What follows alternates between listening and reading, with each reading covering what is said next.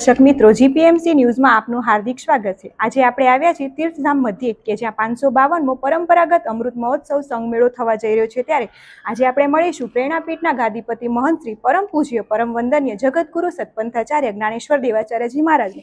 ગુરુદેવ, અમને જણાવો કે આ સંઘમેળાનું શું મહત્વ છે અને આ સંઘમેળો કેટલા વર્ષોથી થતો આવે છે? જય ગુરુદેવ બેટા। આ સંઘમેળો યાની કે અમૃત મહોત્સવ 552મો અમૃત મહોત્સવ છે। એટલે 552 વર્ષથી આ સંઘમેળાનો ઉત્સવ થાય છે। દેશ વિદેશથી એટલે કે કચ્છમાંથી ગુજરાતના દરેક પ્રાંત, પૂના, મુંબઈ, નવસારી અને સાબરકાંઠા, અરવલ્લી, આ બાજુ સુરતના છે, ભરૂચના છે, ભાવનગરના છે, ખંભાતના છે, રાજપીપળાના છે, મેવાસના છે, આ બધા વિસ્તારમાંથી પદયાત્રીઓ ચાલીને આવે છે।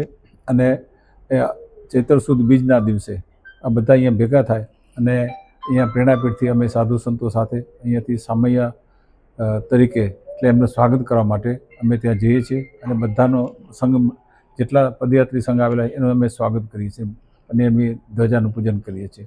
અને પછી બધા સાથે આવી અને અહીંયા એક સભા થાય છે જેની અંદર દરેક પદયાત્રીઓને સન્માન કરવામાં આવે છે।